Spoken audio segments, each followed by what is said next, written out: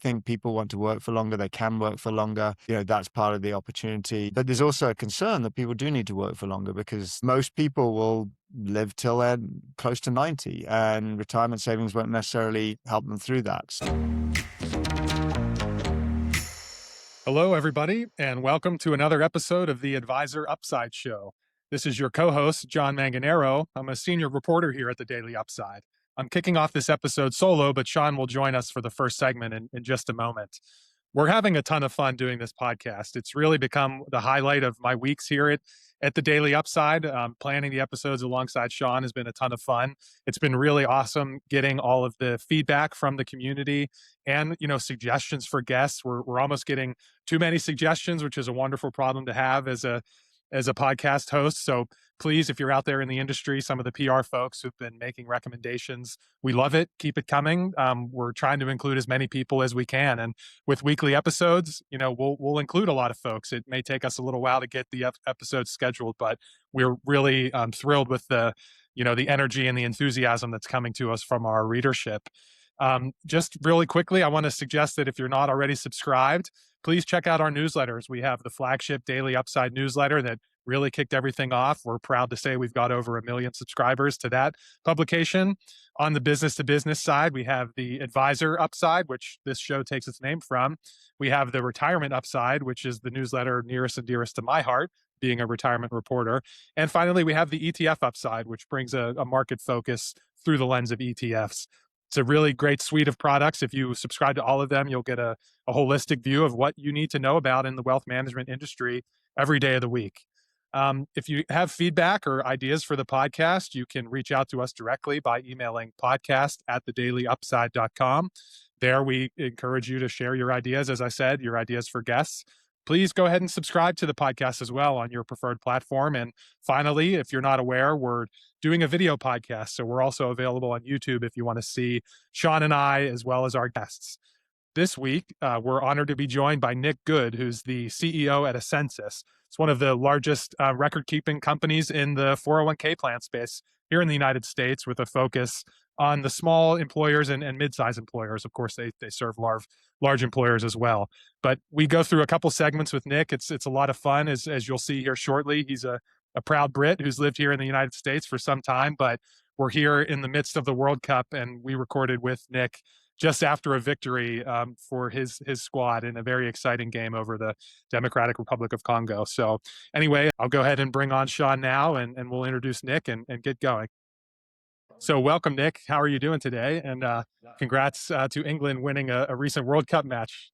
Thank you. I was certainly on the edge of my seat throughout the whole of that phenomenal game, and definitely enjoyed it. It's been quite the World Cup, and it's been nice to see the US showcased so well among so many different countries. This episode may come out a little bit later, but yeah, folks will know we're loving the World Cup here. We've mentioned it a few times. Sean, you even got to go to a game as well. I went to a France-Senegal game at MetLife. It was fantastic. Beautiful weather. The atmosphere was amazing. But I was going to say, England always like to leave it to the last minute, don't they? They certainly keep us on the edge of our seats. Well, Nick, let's get into it. As I said, we want to, lessons in leadership, because you joined Ascensus in 2023, I believe, after serving in various leadership roles. I mean, you were the CEO of the active investment management firm Pendle Group, and then Chief Growth and Strategy Officer over at State Street. Before that, you had, important roles at BlackRock, kind of working internationally. So I'm just curious, in your time working in the wealth management and investment industries, how have things changed? What are some of the big trends you've seen in your career, and what's it like being at the helm of Ascensus at a time when, retirement reform has been front and center here in the United States? I think the biggest single trend through all that time has been the sort of democratization of wealth management for your average investor, and the range of options that are available to them. If I think about when I first started getting into this industry, it was really with iShares. I was based in San Francisco. I had the fortune to get to know some of those folks, and I joined iShares as soon as I got my green card. And watching the sort of evolution of wealth management, the improvement of the offerings, the reduction in fees, the quality of advice that's gone on, you've just seen that continual evolution through the last sort of 20 plus years. And as you think about it, that only benefits investors. It allows them to feel confident in terms of where they're investing, keep more of their money, and ultimately, save for a great retirement and for the things that matter, which is what we really care about. From a retirement perspective, I'm relatively new to retirement, and I think I was drawn to Ascensus much in the same way I was attracted to iShares in the early days. That there's a real sense of mission about how do we help investors save more, and I think that's something that I find really powerful and really makes me come into work every day. Yeah, yeah. I'm sure you bring lessons forward from some of those earlier roles. And I just think it's interesting.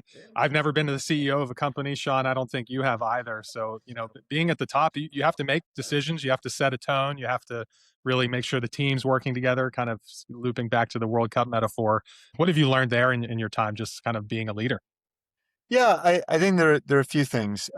First, obviously, you have to walk the walk. I believe in setting out a real vision and making sure people feel excited and positive. But you also have to be honest and transparent about where we can improve, how we can do better, without ever sort of pointing blame. It's about how do you bring the team along, and I think finding that path that creates excitement and belief, but at the same time doesn't gloss over the things that you need to improve. No, to use the World Cup theme, no team wins by thinking everything's perfect. You win by figuring out how you can do things better each time, and how do you bring the whole team along so that you perform beyond where you're capable. The other thing I find really powerful is we really treat every single client like they matter.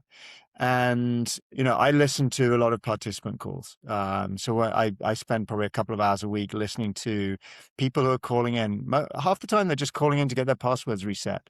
But you hear differences when you're listening to our clients calling in and struggling through some of the terms that we use, or how do we understanding their financial future. And I think for me, one of the biggest things I feel I bring is that focus on the end customer, really trying to put ourselves in their shoes, really trying to understand the problems they have, and just spending time with our customers and understanding those challenges. And I think that to me is one of the most powerful things a leader you can do is really get your team to sort of step away from the day-to-day of their jobs and actually think about what they're trying to achieve and who they're trying to help at the end of it. How about during periods of change and transition, and maybe when things are kind of tough, and you're trying to make sure that that message, stays with the team, through for advisors, a lot of them are entering periods of like transition and succession planning and trying to change leadership, or a new owner comes in and there's new CEOs. You worked closely with the former CEO David Musto to ensure that smooth leadership transition. Are there lessons there for any recommendations for industry peers, or like I said, advisors who, as they're kind of moving on and heading towards retirement, trying to kind of make sure the ship is steered appropriately as new leadership comes in? Look, I think Ascensus did this exceptionally well. It wasn't just in our transition. So the prior transition from Bob Gearshow to David went extremely well. This transition, has been 6 months now. It's gone extremely well. One of the mantras I have for all of our business decisions is start with the end in mind. Like, think about what's the purpose? What are you actually trying to achieve? And how do you think about what the customers need? And in our industry, people care about stability. That is a big part of it. So when David hired me, the original intent was to bring me in to have me learn, retirement, which was a new industry for me, and lay the path for me to grow into the role. And that was a couple of years in the making. And David sort of had this plan in place, and this was the same playbook we had with Bob. But equally, it put a lot on David to make that decision and to decide, actually, you know what? I'm going to actually make sure that I think about my clients first, and I'm going to make sure I have the right succession. If you think about a lot of departing leaders, they struggle to let go. They really struggle to let go. And one of the things I think both David and Bob did extremely well was recognize that if you're going to maximize the outcome for clients and for your employees, who we all deeply care about, when you hand over, you need to hand over. And David's an incredible partner. He's very active in the business. We speak at least daily, very, very much engaged, but also has taken a different role in the organization and given me the freedom to operate. And that's something, we built trust over many years. over a couple of years, and then he felt good about handing the reins over to me, and has made it really easy for us to deliver for our clients and for our associates. It's a very cool story, and I was curious about that because every firm is unique, of course, but this relationship between the CEO and the executive chairman, I've always found that to be sort of an interesting thing to think about. Again, I've never been the CEO of a company. I haven't had to navigate that, but for folks who are maybe preparing to take on a leadership role, or maybe it's going to be their first time directly interfacing with a board of directors, what are some tips there, and how can you get the most out of those relationships? So I will say I had the opportunity to witness this done well a little bit when I did a lot of work for Intuit. I was a consultant in my prior life. And I thought the way Intuit handled the transition through various CEOs, where the founder and chairman, Scott Cook, remained very engaged, but in a very specific role, and allowed space for the CEOs to do their thing. That was a the opportunity to watch other people and take those lessons and say, who do you see doing it well? I think that's always important in life, and I think that was important here. Amusingly, Bob, we have 3 CEOs on our board right now. So myself, David, and Bob. Bob referred to me as his grandson. So 3 generations of CEOs. For your listeners who are starting to think about how do you handle boards, as a CEO, that's one of the most important things you have to think about. The role of the board and how do you make sure it's working. I've certainly had opportunities where I've been concerned about the nature of the board interaction, and I've chosen not to accept them. And I do think it's an important consideration if you're being offered the role, or if you're stepping into that, how you manage the board is key. My approach, frankly, is to be transparent. And I think that's, you already heard me mention that, but it's the case in most things. If you're transparent about the challenges you face and you actually have them help you with them, then you're actually getting a supportive board that can help you move forward. If you tell them everything's fine, or you overemphasize the problems on the other side, you're not really bringing them along. So it's that sort of sense of opening up to them, but then also showing up with a plan, saying, I've thought about it, this is what I want to do, I want your advice, and really helping them be part of the solution. The other piece of advice I'd say is make sure you're really clear about where the board starts and stops. The board's job is not to manage the company.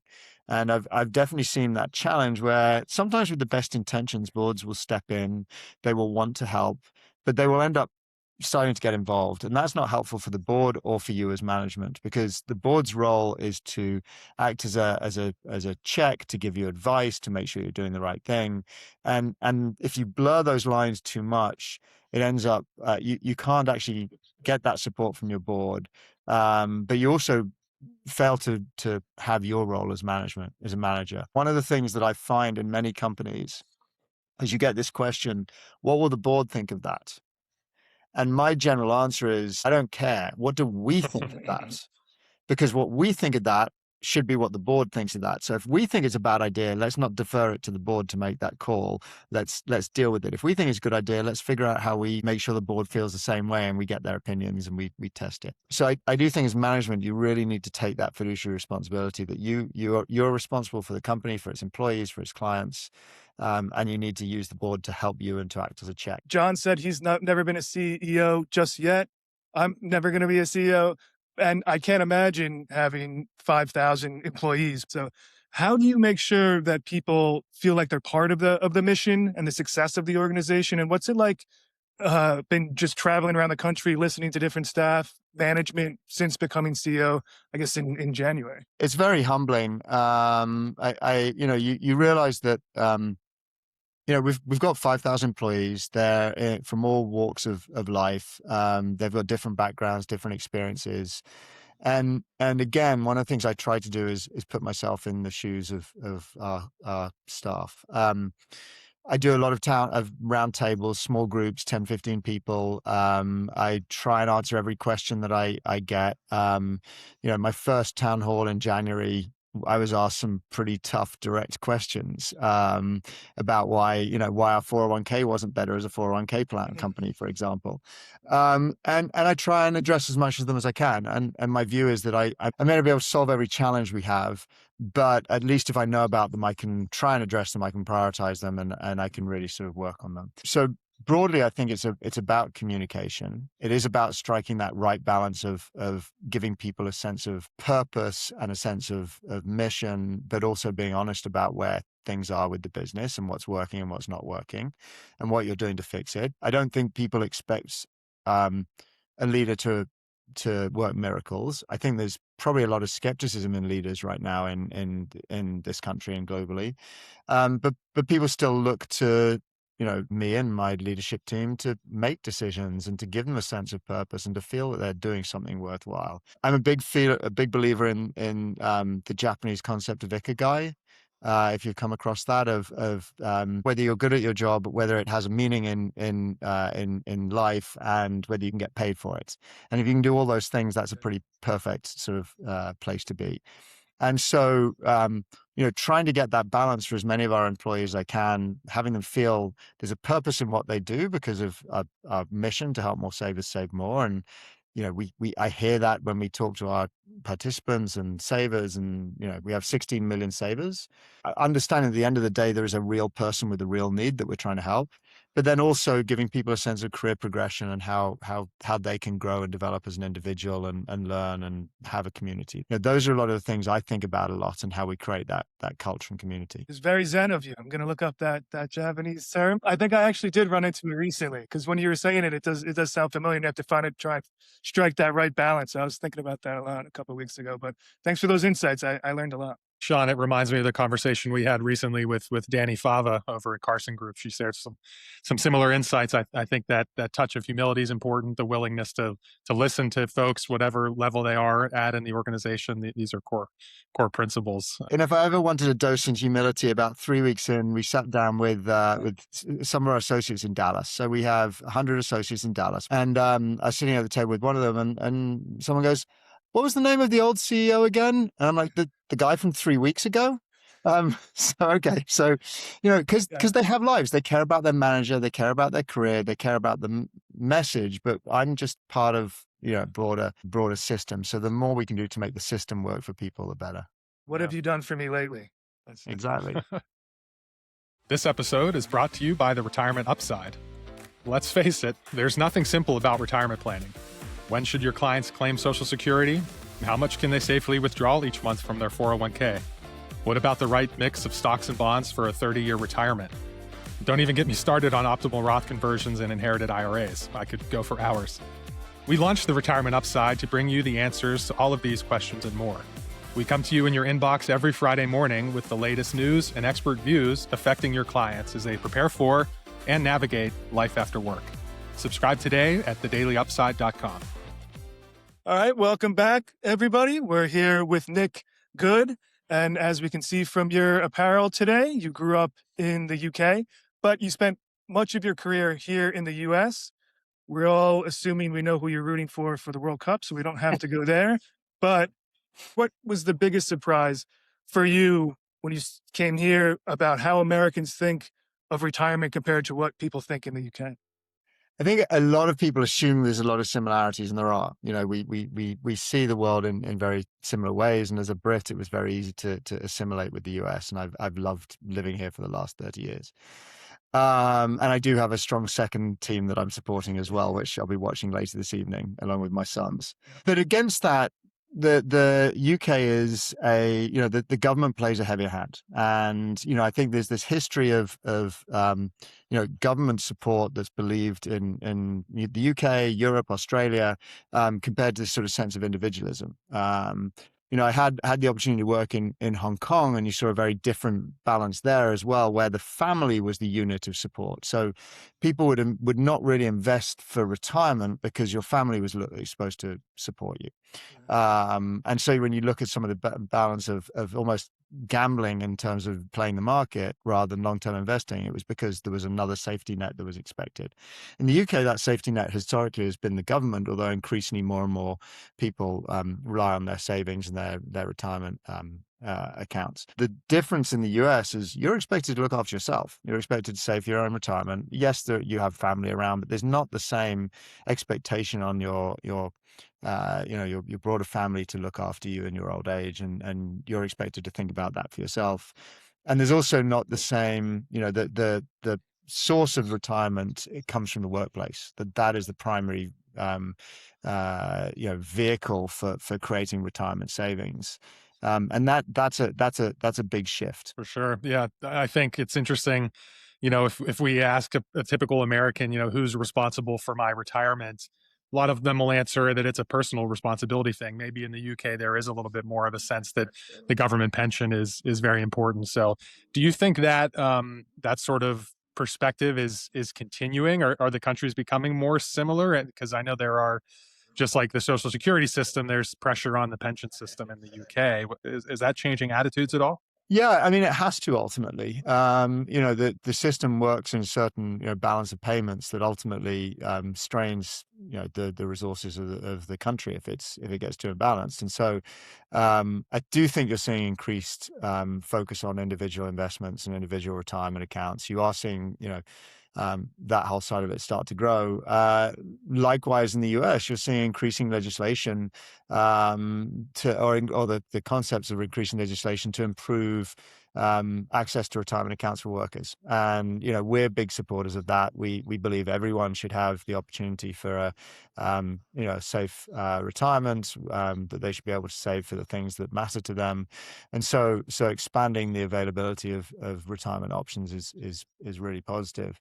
But it is sort of a shift in both directions to expand coverage in the US. You hear about some of the examples of could we be more like Australia, and equally put more individual responsibility or more responsibility on individuals in places like the UK.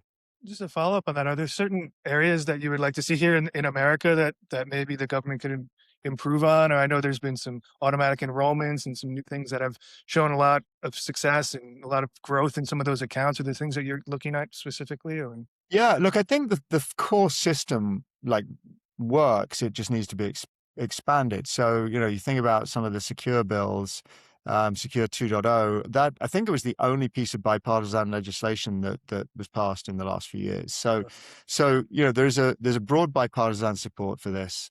I think the more it is done through the existing vehicles, the better, and it's about expanding exposure. Overall, I think the two broad issues: one is access to retirement vehicles, and the other is participation.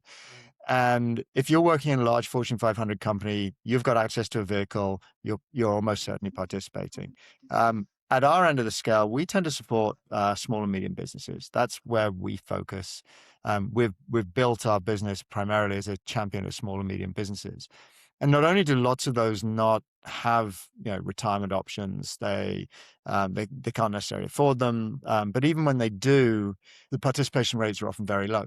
And so one of the things we're working hard to do is to drive up that participation. The more I think legislation can help, increasing the accessibility, increasing auto options, making it easier for people to save, creating offsets like some of the ability to offset for student loans or hardship loans, things like that. Those things are really powerful, and I think help more people save for the long term if they also know that can help them save for the short term. I'm curious. I just had two quick follow-on questions. Maybe we could run through. One is, does this concept, exist equally in the UK as in the United States of the golden years and leaving work behind and living off the fruits of your labor? Or perhaps is there more of a culture, as there seems to be increasing here in the US, of a transition to retirement and maybe staying more active? And because I think just the whole understanding of retirement is changing here in the States. Any sense of whether that's happening in the UK? Yeah, look, it's been a long time since I lived there, but there's certainly a shift. I think people want to work for longer. They can work for longer. That's part of the opportunity. But there's also a concern that people do need to work for longer because most people will live till they're close to 90, and retirement savings won't necessarily help them through that. So there still is very much a golden years sort of expectation, but I do think it's shifting. Probably not quite as quickly as in the US. My wife asked when I'd retire, and I said, well, no, 75, something like that. She wasn't too happy. I think a lot of people do want to keep working. Yeah, for sure. And last question to close out what I'm thinking about our sort of cultural corner episode, and we appreciate you like talking about this from your personal experience, Nick. But what about the question of managing taxes and sort of thinking about the minimization of taxes as part of a retirement planning strategy? That's all the rage here in the U.S. I would say. I write a lot of articles about tax mitigation strategies in retirement. What do you know? I mean, obviously painting with a broad brush, but what is sort of the perspective in the UK? I imagine people gripe about paying their taxes there as much as they do here. I think everyone gripes about paying their taxes. Yeah. Although I do have friends in Sweden who have told me that the tax authority has the best rating of any government authority. And interestingly, it's because it's simple. You can pay it in like 5 seconds using a phone. Like, government tax authorities are required to calculate your taxes for you and propose recommendations to reduce your taxes. So guess what? Everyone loves them. I think everywhere taxes are a consideration. There's always, a thought to how you do that. And I think the complexity of the US tax system encourages people to spend more time worrying about how they minimize their taxes or sort of looking at options. But it's a thing everywhere. So probably a bigger thing here, but it's a thing everywhere. How about for our last one, we'll do if you can import one feature of the British financial mindset into America, what would it be? Look, I think people are probably more conservative in terms of how they invest in general. And I think whilst you don't want to give up, gains and excess conservatism can be problematic. I do worry about the sort of sense of a gambling culture starting to come in. And, I see it with some of my kids, and they think about investing, but they also think about investing almost like, what's the hot stock? What's the hot dot? What can I do? So, and everything, everything in every piece of research I've ever done pretty much indicates that, being thoughtful, being thinking about the long-term investing, dollar cost averaging, keeping on doing it, steadily putting money away. That's how you generate a long-term return. And so I think just that a little bit more conservatism has probably been my ask. Well said. Yeah, that's been a growing sentiment, I think, here as well, where we've seen a lot of these companies and a lot of these predictions and all. We all know the names and the players, but yeah, it's something we're all keeping an eye on for sure. Thanks, Nick. Appreciate you. I know that was kind of a personal topic, but I think that was pretty fun. Anyway, thanks, Nick. We'll close it there, and thank you so much for being here. Hope you have a great day, and we'll talk again soon, I hope. Yeah, thanks so much, John. Sean had to jump, so I'm closing out the episode myself here. But as I said at the top of the podcast, we're having a ton of fun doing this. The community that we're already kind of building around this podcast, even just 6 or 7 episodes in, has been it's really awesome. Really is the word to use to describe it. Humbling as well. We've gotten a lot of great feedback and many suggestions for guests, many of whom we're planning to bring on in the coming weeks. So if you're a PR person out there who's been making pitches, keep them coming. If you're an executive that maybe happens to listen in, reach out to us directly. We'd love to have you. We really enjoyed hosting Nick on the podcast. As I said at the top of the call, if you're not subscribed to our newsletters, please go ahead and do so. We got the Daily Upside, Advisor Upside, ETF Upside, and the Retirement Upside. If you subscribe to all of them, you'll get a holistic view of what's happening in the wealth management industry. And I think this podcast complements those newsletters very well. This was a fun opportunity for us to get to know Nick's personality a little bit, talk about some fairly offbeat topics that aren't necessarily a great fit for the newsletter, but are still important and interesting and we hope entertaining. Please reach out with any feedback at podcast@thedailyupside.com. Please rate and review us on your preferred podcast application. Please subscribe, as well as on YouTube. So with that, we'll close the episode, and we'll be back next week with a brand new episode. Take care, everybody. Thanks so much.